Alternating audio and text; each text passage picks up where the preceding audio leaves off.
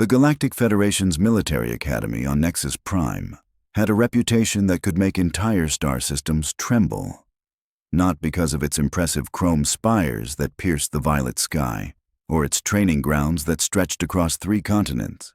No, it was famous because if you graduated from this place, you were essentially guaranteed to become the kind of warrior that lesser beings told scary bedtime stories about. Which made it all the more amusing that Nix, a human barely reaching the chest of his alien classmates, had somehow managed to survive the first 11 months of training without being accidentally stepped on. The Academy's halls echoed with the thunderous footsteps of the Velthari, those 7-foot-tall reptilian powerhouses whose scales could deflect plasma bolts and whose claws could carve through starship hull plating. Then there were the Underdog, massive bear-like creatures whose idea of a gentle handshake could crush a human rib cage, and who considered bench-pressing hover tanks a warm-up exercise. And let's not forget the Kilnari, feline hunters so fast they could dodge laser fire, and so graceful they made professional dancers look like stumbling drunks. Among these living weapons of mass destruction walked Nix, looking about as intimidating as a house cat in a den of lions. "Look at the little pink thing," Ket would often say, her serpentine tongue flicking out in what passed for Velthari laughter. "I've seen hatchlings with more muscle mass." Braun, whose biceps were literally larger than Nix's entire torso, would nod sagely. "In my home world, we would use something that small as bait for the real predators." Even Null, despite her species' reputation for calculated precision rather than crude mockery, couldn't resist the occasional cutting remark. "The human moves like prey," she'd observe with clinical detachment. "Always looking for exits, always flinching at sudden movements. Natural selection should have eliminated this weakness long ago." And honestly, they weren't entirely wrong. While his classmates were shattering training dummies with their bare hands, Nix was struggling to lift weights that Velthari younglings used for physical therapy. While they were leaping across chasms that would challenge Olympic athletes, Nix was carefully calculating the safest route down. While they were tanking hits that would hospitalize normal beings, Nix was, well, he was getting hospitalized. The medical bay staff knew him by name. The cafeteria workers had started automatically preparing smaller portions. Even the janitor droids had been reprogrammed to account for his significantly lower center of gravity. But here's the thing about humans that the galaxy hadn't quite figured out yet. They're stubborn in ways that defy all logic and reason. Every morning, while his alien classmates were still groaning their way out of their oversized bunks, Nix was already in the training facilities.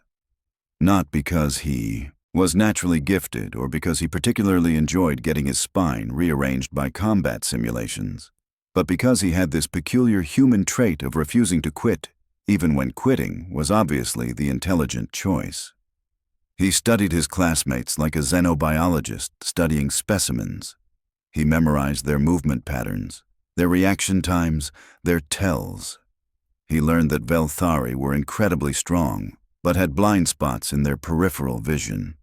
He discovered that Underdog were nearly unstoppable in a straight fight, but had trouble with rapid direction changes. He figured out that Kilnari were lightning fast, but relied heavily on predictable attack patterns. None of this made him stronger, of course, but it made him interesting. The final selection trials arrived with all the pomp and ceremony the Federation could muster. Delegations from across the galaxy had come to witness the graduation of the newest class of elite warriors.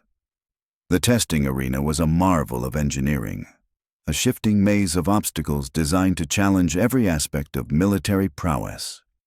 Commander Thexmull presided over the trials like some ancient god of war.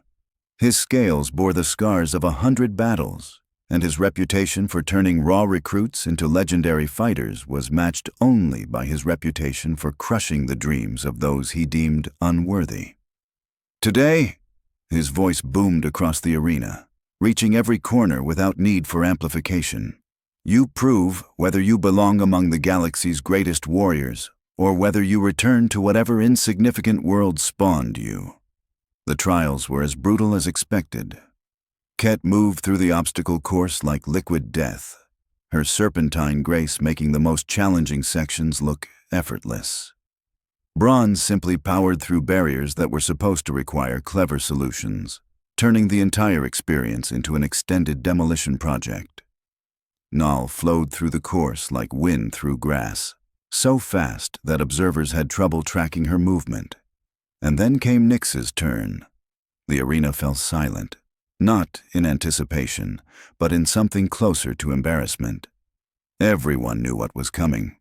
The little human would struggle through the first few obstacles, probably injure himself on something, and then be quietly escorted away while everyone pretended not to notice. Except, that's not what happened. Nyx didn't power through the obstacles like Braun. He didn't flow around them like Nal. He didn't dominate them like Ket. Instead, he did something none of them had thought to try. He used them.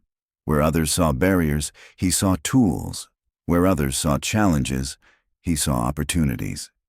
He turned the arena's own defensive systems against themselves, redirecting energy blasts to clear paths and using momentum from one obstacle to launch himself toward the next. He was smaller than everyone else, yes, but that meant he could fit through gaps they couldn't even see. He was weaker than his classmates, absolutely, but that forced him to be smarter about leverage and timing.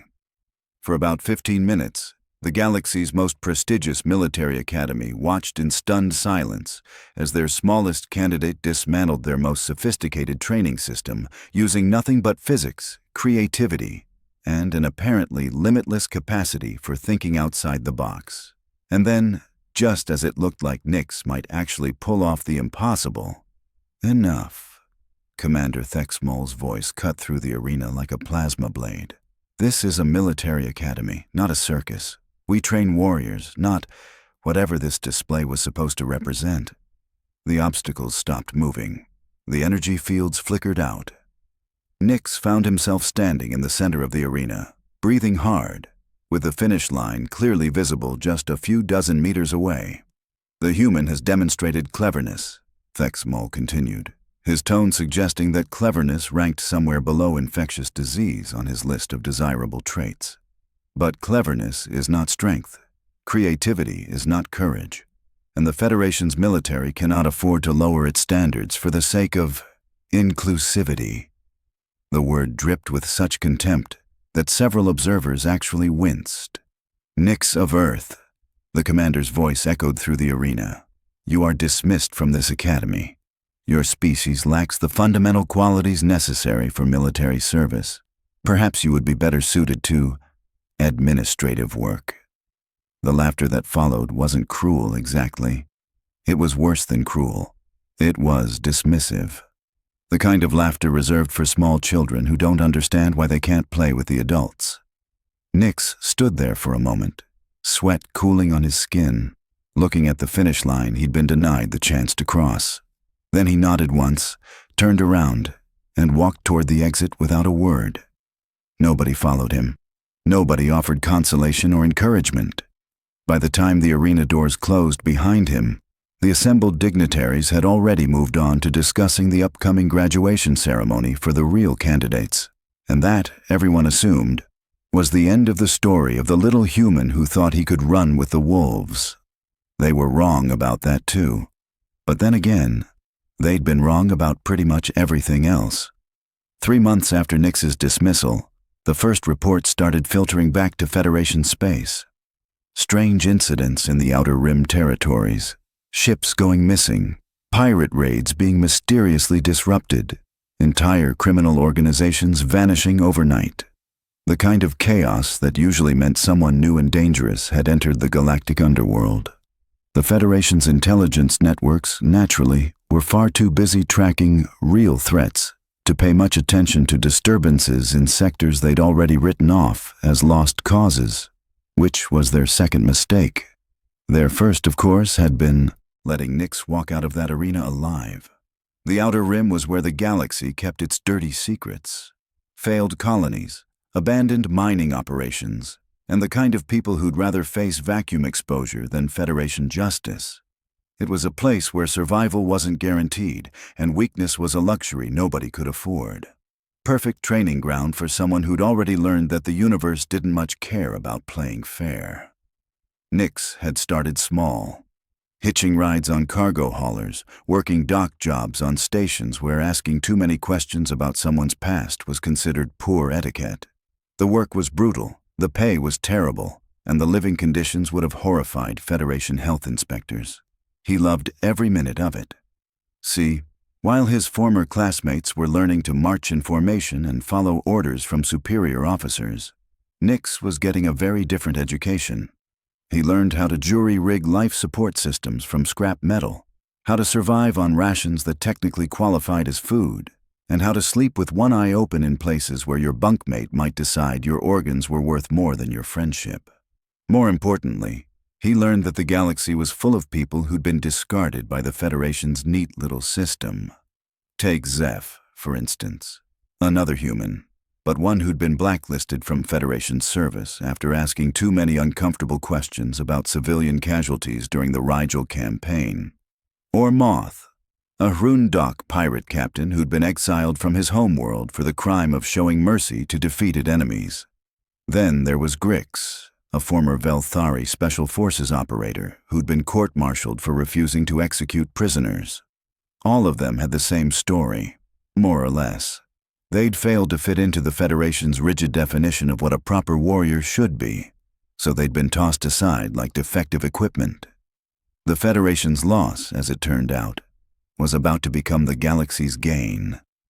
Nix spent his first year in the Rim just surviving, learning the harsh mathematics of life outside civilized space. But survival, he discovered, was just the foundation. Once you figured out how to stay alive in places that actively wanted to kill you, you could start thinking about bigger things, like revolution. It started with small jobs, mediating disputes between rival gangs, organizing supply runs to colonies the Federation had abandoned, helping coordinate defenses against the kind of raiders who preyed on settlements too weak to fight back. Nothing dramatic, nothing that would attract official attention. But word spreads fast in the Outer Rim, especially word about someone who could solve problems without resorting to the usual methods of intimidation and violence. Within 6 months, Nix had somehow become the unofficial coordinator for a loose network of smugglers, rebels, and outcasts that stretched across dozens of star systems. Not because he'd conquered anyone or made grand speeches about destiny, but because he'd proven something the Federation had never quite grasped. That strength came in many forms. The Chilnari assassin who'd been exiled for refusing to kill civilians? Turns out she made an excellent intelligence coordinator. The Velthari engineer who'd been blacklisted for questioning military contracts? Perfect for designing new types of defensive systems. The Underdog soldier who'd been drummed out for excessive compassion, natural leader for refugee protection operations. Nix had somehow managed to build an army out of people the Federation considered failures. And the beautiful irony? He was using everything the Academy had taught him, all those months of studying his classmates, learning their strengths and weaknesses, understanding how different species approached problems. It all translated perfectly to building a coalition of outcasts. The difference was that instead of trying to beat his allies into submission, he was figuring out how to make their unique abilities work together. The Federation's military doctrine was based on overwhelming force and rigid hierarchy. Find the enemy, apply superior firepower, accept victory. Simple, efficient, and effective against anyone stupid enough to fight them on their own terms. Nix's growing alliance, on the other hand, specialized in fighting dirty. They hit supply convoys using inside information from Federation deserters. They rescued political prisoners using smuggling routes the authorities didn't know existed. They turned the Rim's chaotic nature into a weapon, striking fast and melting away before official forces could respond. But here's what really made the Federation nervous, once they finally started paying attention. Nix's people weren't just fighting, they were building.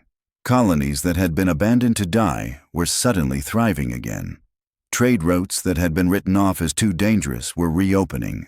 Entire sectors that the Federation had classified as irredeemable were transforming into something that looked suspiciously like functional civilization. And at the center of it all was the little human who'd been laughed out of their most prestigious academy. By the end of his second year in exile, Nyx commanded the loyalty of thousands of beings across hundreds of worlds, not through fear or conquest, but through the radical notion that maybe, just maybe, the Federation's way wasn't the only way. The intelligence reports that finally reached Federation Command made for interesting reading.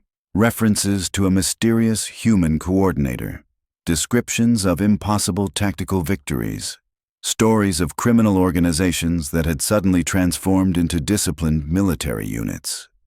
Commander Thexsmol read those reports with growing unease. The descriptions of the human's methods, his preference for unconventional solutions, his ability to turn apparent weaknesses into devastating advantages. It all sounded frustratingly familiar. But surely it couldn't be the same pathetic creature he dismissed from the academy. That weakling had been barely capable of completing basic training exercises. The idea that he could somehow transform the galaxy's dregs into an effective fighting force was, well, it was ridiculous. Wasn't it? The commander filed the reports away and tried to forget about them. After all, what threat could a handful of rim-world rebels possibly pose to the Federation's mighty war machine? He was about to find out. Because while the Federation had been busy congratulating itself on maintaining proper standards and keeping the riffraff out of their exclusive club, Nyx had been learning something they'd somehow missed in all their tactical manuals and strategic studies. Sometimes the best way to win a war is to make sure your enemy doesn't realize they're fighting one until it's far too late to matter. And Nyx had gotten very, very good at fighting wars. The first sign that something had gone catastrophically wrong came at 0300 hours, Federation Standard Time, when every early warning sensor along the rim border went dark simultaneously. Not destroyed, not damaged, just dark. Admiral Hex stared at the tactical display in Federation Command, watching as thousands of sensor contacts simply vanished from her screens like someone had flipped a switch. In 30 years of military service, she'd never seen anything quite like it. Technical malfunction? She asked hopefully. Her aide, a nervous young Velthari named Ket. Yes, the same Ket who'd once mocked a certain human's lack of muscle mass. Shook her head. No, ma'am, we're receiving active jamming signatures, but they're unlike anything in our databases. 6 hours later, the invasion fleet appeared. It materialized out of hyperspace not as a single massive formation, but as hundreds of smaller groups emerging from dozens of different vectors. Classic Federation doctrine would have called for a concentrated assault on the strongest defensive positions. This fleet, however, seemed more interested in being everywhere at once. Fleet composition? Admiral Hex demanded. Unknown, ma'am. We're detecting Rundok heavy cruisers, but they're using Kilnari stealth technology. Velthari assault ships with what appears to be human-designed sensor arrays. And... Ket paused, checking her readings twice. Ma'am, we're seeing ships from at least 15 different species, most of which shouldn't even have spacefaring capability. The tactical display looked like someone had taken the Federation's carefully cataloged threat assessments and thrown them into a blender. Ships that should have been enemies were flying in perfect formation. Technologies that were supposed to be incompatible were somehow working together. The whole thing was an engineer's nightmare and a strategist's migraine. And then the communication channels opened. Federation Command. The voice was human, calm, and infuriatingly familiar to anyone who'd been paying attention to recent intelligence reports. This is Nyx, commanding the Free Rim Alliance. We need to talk. Admiral Hex felt something cold settle in her stomach. The name had appeared in too many reports to ignore, always connected to impossible victories and inexplicable tactical innovations. But hearing the voice, she realized with growing horror that she recognized it. The human from the academy? She whispered. Ket's scales had gone pale. It can't be. That weakling couldn't command a lunch order, much less a fleet. The tactical display chose that moment to demonstrate just how wrong they were. The Alliance fleet wasn't just large. It was moving with a precision that would have impressed Federation war colleges. But more disturbing than their coordination was their obvious knowledge of Federation defensive protocols. They knew exactly where the sensor blind spots were. They understood which defensive platforms had overlapping fields of fire and which ones could be isolated. They moved through the outer defense perimeter like they'd helped design it, which, Admiral Hex realized with growing dread, some of them probably had. "Sir," her communications officer called out, "we're receiving surrender demands from the Alliance fleet." Surrender demands? Hex almost laughed. Do they have any idea what they're facing? This is Federation space, defended by the most powerful military force in galactic history. The response came immediately, as if Nix had been listening to every word. "Admiral, with respect, your most powerful military force is about to discover that overwhelming strength isn't much use when your enemy refuses to stand still and be overwhelmed." And then the real demonstration began. The Alliance fleet split into dozens of smaller task forces, each one targeting a different aspect of the Federation's defensive network. But instead of the expected frontal assault, they began a complex dance of feints, diversions, and precisely targeted strikes. A Underdog heavy cruiser would lumber toward a defensive platform, drawing fire and attention, while Chilnari stealth ships slipped past to disable the platform's support systems. Velthari assault ships would engage Federation patrols in flashy dogfights that looked impressive, but served mainly to mask the movement of human-designed electronic warfare vessels. It was like watching a magic show where the magician kept revealing the tricks, while somehow making them work anyway. "How are they doing this?" Ket demanded, watching as another defensive position fell to tactics that shouldn't have been possible. Admiral Hex was beginning to understand. "They're not fighting our fleet," she said slowly. "They're fighting our doctrine. Every standard response we make, they've already planned for. Every tactical manual we follow, they've already read." The Alliance wasn't just using unconventional tactics. They were using the Federation's own conventional responses against them. They'd turned the military's greatest strength, its predictability and standardization, into a weapon. And leading this impossible orchestra of chaos was the same small human who'd been dismissed as too weak for military service. "Ma'am," the communications officer called out again, "Alliance Command is requesting to speak with Commander Thexmol directly." Admiral Hex closed her eyes. This was about to get very personal, very quickly. The little cub, it seemed, had some things to discuss with the pack that had rejected him. Commander Thexmol arrived at Federation Command looking like he'd rather be anywhere else in the galaxy. His ceremonial armor clinked with each reluctant step, and his scarred face bore the expression of someone who suspected this conversation wasn't going to end well for him. He was right about that. "Commander," Admiral Hex's voice carried the kind of chill that made experienced warriors check their life insurance policies. "You're familiar with the human currently dismantling our outer defenses." Thexmol's tongue flicked out nervously. The one from the Academy? Impossible. That creature couldn't have organized a proper military formation if his life depended on it. "Well, his life apparently did depend on it," Hex replied dryly. "And judging by current events, he figured it out." The main display showed the tactical situation in all its horrifying detail. The Federation's supposedly impregnable defensive line was being systematically taken apart by forces that had no business working together, led by someone who had no business commanding them. "Patch me through to Alliance Command," Thexmol ordered, his voice carrying the authority of someone accustomed to being obeyed without question. The screen flickered, and suddenly they were looking at the bridge of an Alliance vessel. It was a fascinating study in organized chaos. Crew members from a dozen different species working stations that appeared to be jury-rigged combinations of technologies that should have been incompatible, and standing calmly in the center of it all. "Hello, Commander," Nix said pleasantly. "Thank you for taking my call." If Thexmol was surprised by how much the human had changed, he hid it well. Gone was the nervous, undersized recruit who'd struggled through basic training, This version of Nix carried himself with the quiet confidence of someone who'd learned that respect was earned, not given, and who'd apparently earned quite a lot of it. "You're making a grave mistake, human," Thexmol growled. "The Federation has crushed rebellions before. Your ragtag collection of outcasts and criminals cannot hope to stand against our full military might." Nix smiled, and somehow that expression was more unsettling than any threat. "Commander, you're absolutely right.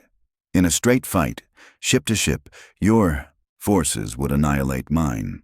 Your vessels are more advanced, your crews better trained by conventional standards, and your resources vastly superior."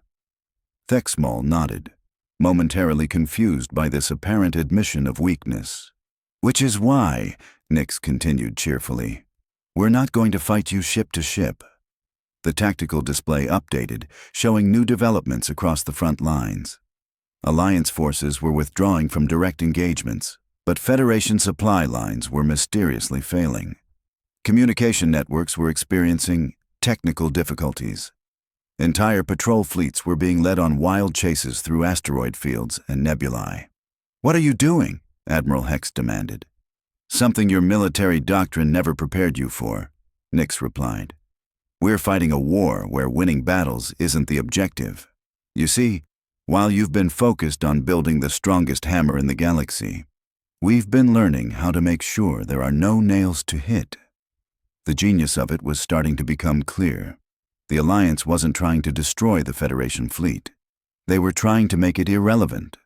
Every engagement drew Federation forces further from their supply bases. Every pursuit led them into carefully prepared traps that didn't destroy ships so much as strand them.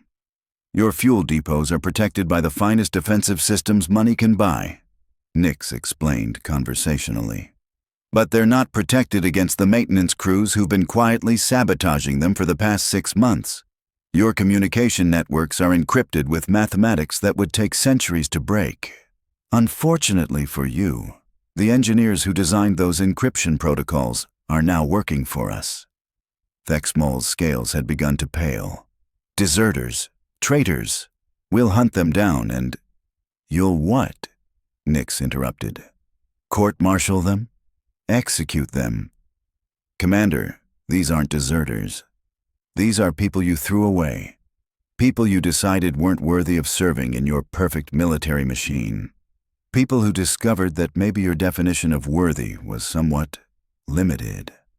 The tactical display updated again. More Federation positions were going dark, but not from enemy fire. They were simply stopping, shutting down, abandoning their posts. "What's happening to my forces?" Admiral Hex whispered. "They're learning something interesting," Nix replied. "They're learning that the enemy they've been told to fight includes their own former comrades. Veterans who served with distinction until they made the mistake of questioning orders or showing too much compassion or thinking outside approved parameters. And they're starting to wonder if maybe, just maybe, they're fighting for the wrong side." It was a rebellion, but not the kind the Federation had trained to handle. This wasn't conquered populations rising against oppression. This was their own military apparatus questioning the fundamental assumptions that held their society together. "You're destroying everything we've built," Thexmol snarled. "No," Nix corrected gently. "I'm proving that you never built anything worth preserving. You created a system that threw away anyone who didn't fit your narrow definition of strength. You convinced yourselves that might made right, and that conformity was the same thing as excellence. And when someone came along who challenged those assumptions, you didn't just reject them, you mocked them." The display showed the final phase of the operation. Federation Command itself was surrounded, but not by enemy ships. It was surrounded by its own vessels, their crews refusing orders to fire on Alliance forces. "The thing about being rejected by a pack," Nix said thoughtfully, "is that it teaches you something the pack never learns. It teaches you that maybe the pack was never as strong as it thought it was. Maybe it was just good at scaring away anything that might prove them wrong." Admiral Hex stared at the screens showing her own fleet in mutiny. "What do you want?" "Change," Nix replied simply. A galaxy where strength is measured by what you build, not what you destroy. Where military service means protecting people, not protecting the status quo. Where someone's worth isn't determined by which species they happen to be born into, or how well they fit someone else's idea of what a warrior should look like. Thexmol straightened, clinging to the last shreds of his authority. And if we refuse... Nyx's smile was gentle and absolutely terrifying. Commander, you're not in a position to refuse. Your fleets have either joined us or abandoned you. Your supply lines are severed. Your communication networks are under our control. Your own officers are questioning orders. He paused, letting that sink in. But here's the beautiful part. I don't need to conquer you. I just needed to prove that your way isn't the only way. The galaxy is watching, Commander. They're seeing that the mighty Federation can be defeated not by superior force, but by superior ideas. The screen went dark, leaving Thexmol and Admiral Hex staring at their reflections in the blank display. Outside, the cheers of surrendering Federation crews could be heard as they welcomed their former outcasts back as liberators. The smallest cub had returned to find that the pack had forgotten the most important rule of survival. Never underestimate the one you left behind. Because sometimes, just sometimes, they come back stronger, smarter, and leading an army of everyone else you threw away.